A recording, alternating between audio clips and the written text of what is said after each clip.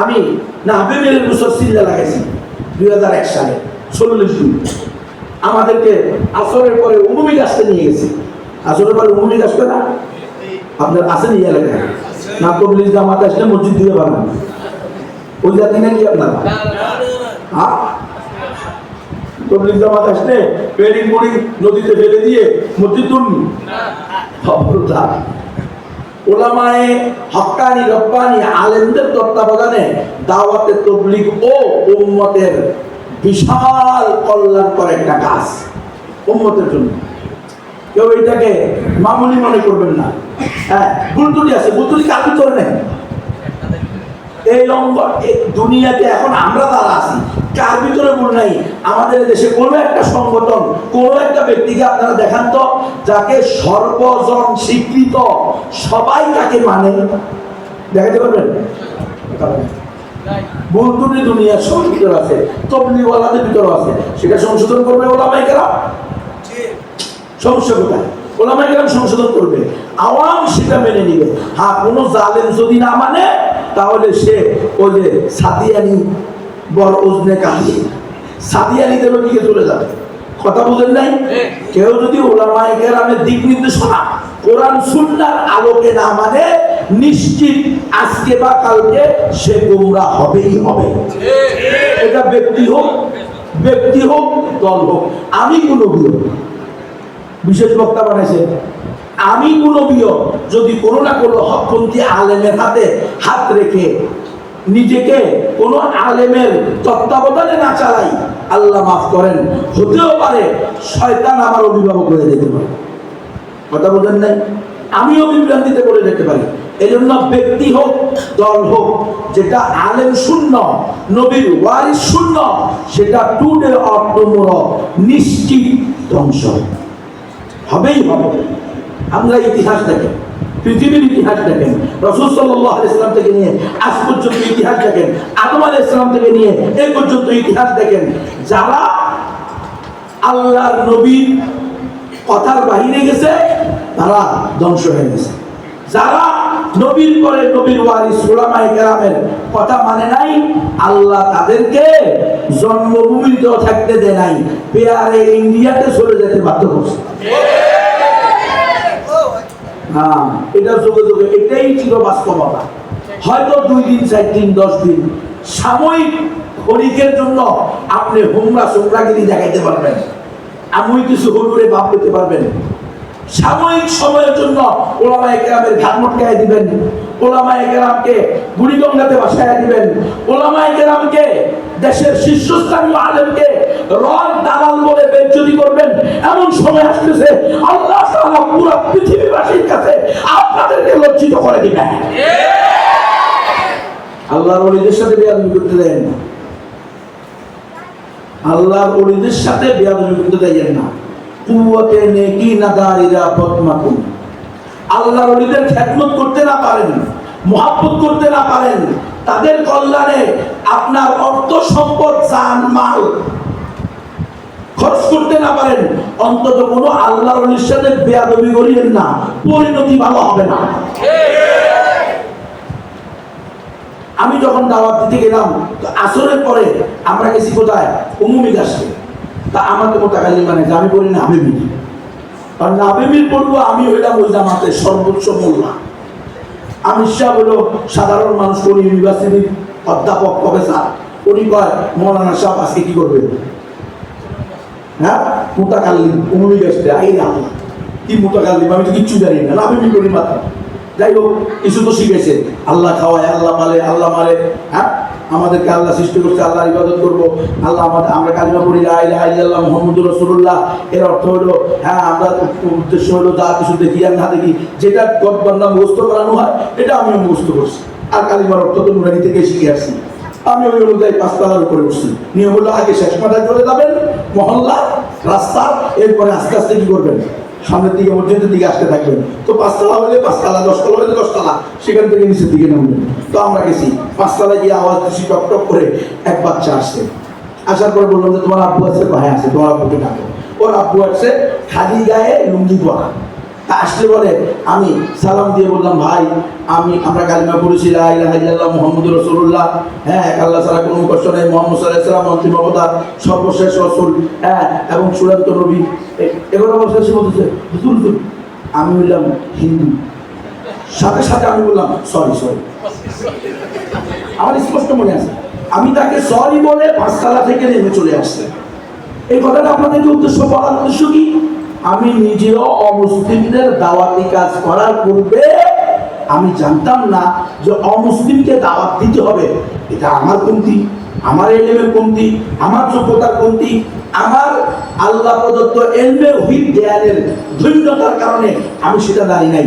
অন্যথায় কোরআন নাজিল হয়েছে, রসুল আসছে কি জন্য? সকল মানুষকে এক আল্লাহর দিকে আহ্বান করার জন্য। সকল নবীরা আসছে কি জন্য? সকল নবীদের প্রধান কাজ ছিল অমুসলিমদেরকে ইসলামের দাওয়াত দেওয়া। সকল নবীদের আদম আলাইহিস সালাম এসে দাওয়াত দিয়েছেন, ইয়া আইয়ুহান নাস কুলু লা ইলাহা ইল্লাল্লাহ তুফলিহুন। আদম সফিউল্লাহ, মুসা আলাইহিস সালাম এসে বলেছেন, ইয়া আইয়ুহান নাস কুলু লা ইলাহা ইল্লাল্লাহ। মুসা কালিমুল্লাহ। ইব্রাহিম আলাইহিস সালাম এসে দাওয়াত দিয়েছেন, ইয়া আইয়ুহান নাস কুলু লা ইলাহা ইল্লাল্লাহ। ইব্রাহিম খলিলুল্লাহ।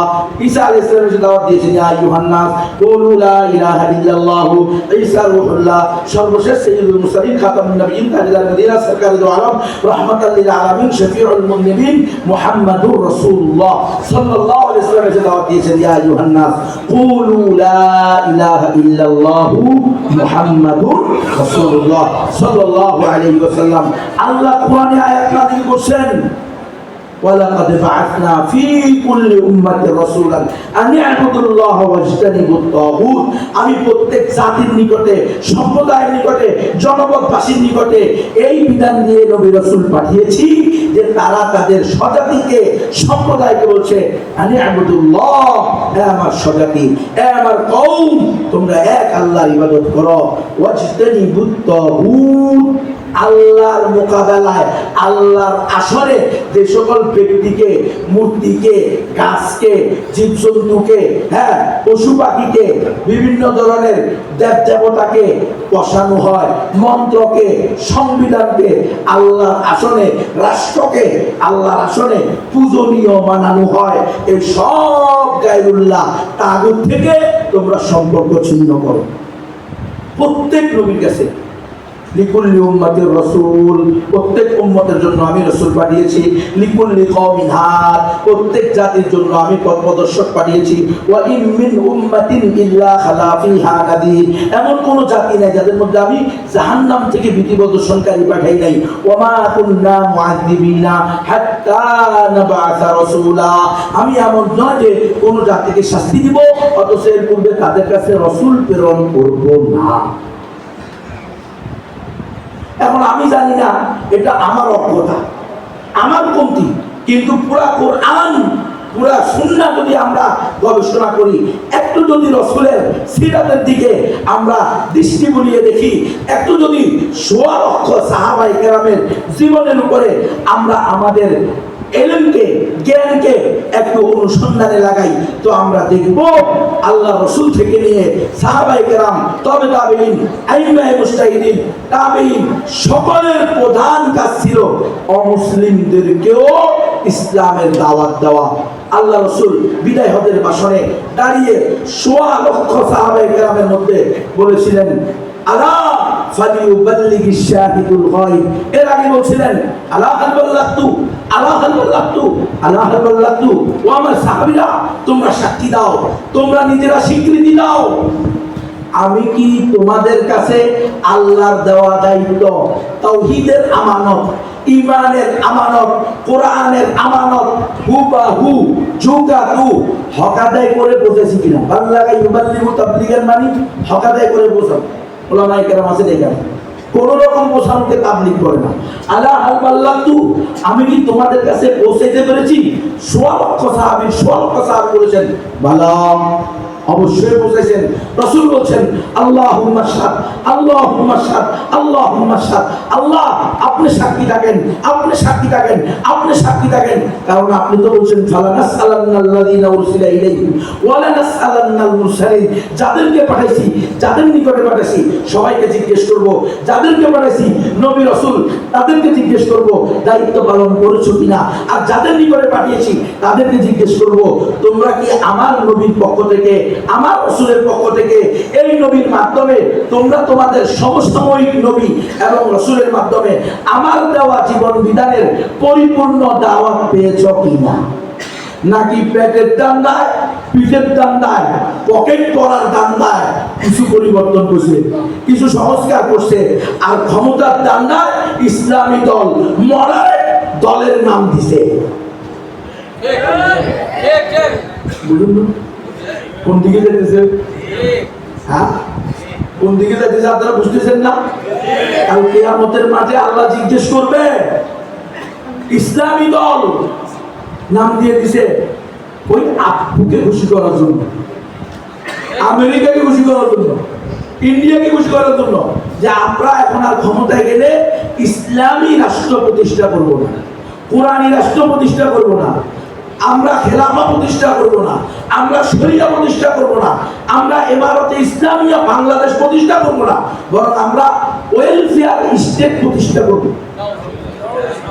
এবং আমরা এই ফান্ডামেন্টালিস্ট ইসলামী দল না, বরং আমরা হইলাম মডারেট ইসলামী দল। মডারেট মানে কাটসাট মুসলমান। মানে আল্লাহ যেমন শরীয়ত জীবন বিধান পাঠাইছে, রাসূল যেমন শরীয়ত নিয়ে আছে, আমরা সেইভাবে মানব না। আমরা আমাদের পশ্চিমা আব্বুদেরকে আর আমাদের প্রতিবেশী মুশরিকদেরকে খুশি করার জন্য ইসলামের যতটুকু কেটে ফেলতে হয় ততটুকু কেটে ফেলতে। এটা হলো মডারেট ইসলাম। মডারেট ইসলাম বলে আপনারা সংস্কারবাদী মুসলিম, তার ইসলাম হলো মডারেট ইসলাম। ভালো করে বুঝো মুসলমান, আমরা রাসূলের পক্ষ থেকে রাসূল, নবীর ওয়ারিস আমরা। আমাদের দায়িত্ব নবী এমনি ভাবে কম বেশি করা ছাড়া একেবারে পরিপূর্ণ দিন, পরিপূর্ণ শরীয়ত উম্মতের সামনে তুলে ধরছে। আমাদেরকেও সেইভাবে তুলে ধরতে হবে। এতে জেল হবে না ফাঁসি হবে, গুম হবে না খুন হবে, ক্রস ফায়ার হবে নাকি আমাদেরকে চিরজীবনের জন্য গুম হয়ে যাবে, এটা চিন্তা করা আমাদের দায়িত্ব না। এটা চিন্তা করবে আল্লাহ। আল্লাহু ইয়াসিমুকা মিনান নাস। নবী আপনি যদি, আমি যেভাবে দিন নাযিল করেছি, আমি যেভাবে শরিয়া জীবন যাপন হিসাবে একমাত্র ইসলামকে কমপ্লিট কোড অফ লাইফ হিসেবে বাছাই করেছি, এইভাবে যদি আপনি হুবহু উম্মতের সামনে তুলে ধরেন আর উম্মত শুধু এই কারণে আপনার কোনো ক্ষতি করতে চায়, তো আপনাকে হেফাজতের দায়িত্ব আমি আল্লাহ। তাহলে এই যে ভাইয়েরা আমরা সবাই মিলে মেনে নিয়েছি অমুসলিমদেরকে যে দাওয়াত দিতে হবে, এই অনুভূতিটাও নাই কেন? অথচ আমাদের আকীদা কি? ইসলামই একমাত্র সঠিক ধর্ম।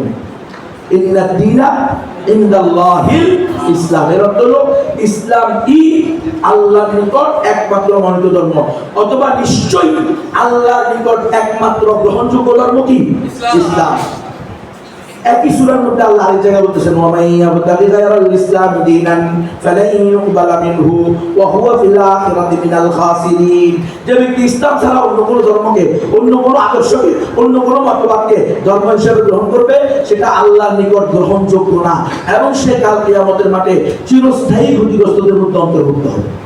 মানে চিরস্থায়ী জাহান্নামে যাবে যারা কুফরের উপরে, শিরকের উপরে ইসলাম গ্রহণ করা ছাড়া, মুসলমান হওয়া ছাড়া, শাহাদাতাইনের সাক্ষী দেওয়া ছাড়া, আশহাদু আল্লা ইলাহা ইল্লাল্লাহু ওয়া আশহাদু আন্না মুহাম্মাদান আবদুহু ওয়া রাসূলুহু। আমি সাক্ষ্য দিতেছি এক আল্লাহ ছাড়া কোনো উপাস্য নাই। আমি আরো সাক্ষ্য দিতেছি মুহাম্মদ রাসূলুল্লাহ সাল্লাল্লাহু আলাইহি ওয়াসাল্লাম আল্লাহর বান্দা এবং সর্বশেষ রাসূল। এই কথা যারা মুখে বলবে না, অন্তরে বিশ্বাস করবে না, অঙ্গ প্রত্যঙ্গ দ্বারা বাস্তবায়ন করার দৃঢ় প্রতিজ্ঞা করবে না, তারা ঈমান ছাড়া মারা মৃত্যুবরণ করলে লেনদেনে যতই ভালো হোক না কেন, যতই অমায়িক হোক না কেন, আপনার সাথে আচার ব্যবহারে যতই অমায়িক হোক না কেন, আপনার প্রতিবেশী হক যত ভালোভাবেই আদায় করুক না কেন, যত বড় দানবীর হোক না কেন, যত বড় ফ্রি রাস্তা করে দেনওয়ালা, ফ্রি টয়লেট করে দেনওয়ালা, ফ্রি টিউবওয়েল বসায় দেনওয়ালা, বড় বড় সরাইখানা করেনওয়ালা, মজলুম মানুষের পাশে দাঁড়ানোওয়ালা, অসুস্থ মানুষের চিকিৎসার দায়িত্ব নেওয়ালা এবং অসহায় মানুষের ভরণ পোষণের দায়িত্ব নেওয়ালা, বিধবাদের ভরণ পোষণের দায়িত্ব নেওয়ালা, যত বড় ভালো কাজ করেনওয়ালা হোক না কেন, যত বড় শক্তিশালী লোক হোক না কেন, যত বড় ক্ষমতাশালী লোক না হোক না কেন, সে যেই দেশেরই সুপার পাওয়ার হবে হোক না কেন, সে কি কোনোদিন জান্নাতে যেতে পারবে? যদি ঈমান না আনে, মুসলমান না হয়, কালিমা না পড়ে, তাহলে কি কারণে আজকে আমরা আমাদের প্রতিবেশী হিন্দুদেরকে দাওয়াত দিচ্ছি না? আপনাদের এখানে প্রতিবেশী হিন্দু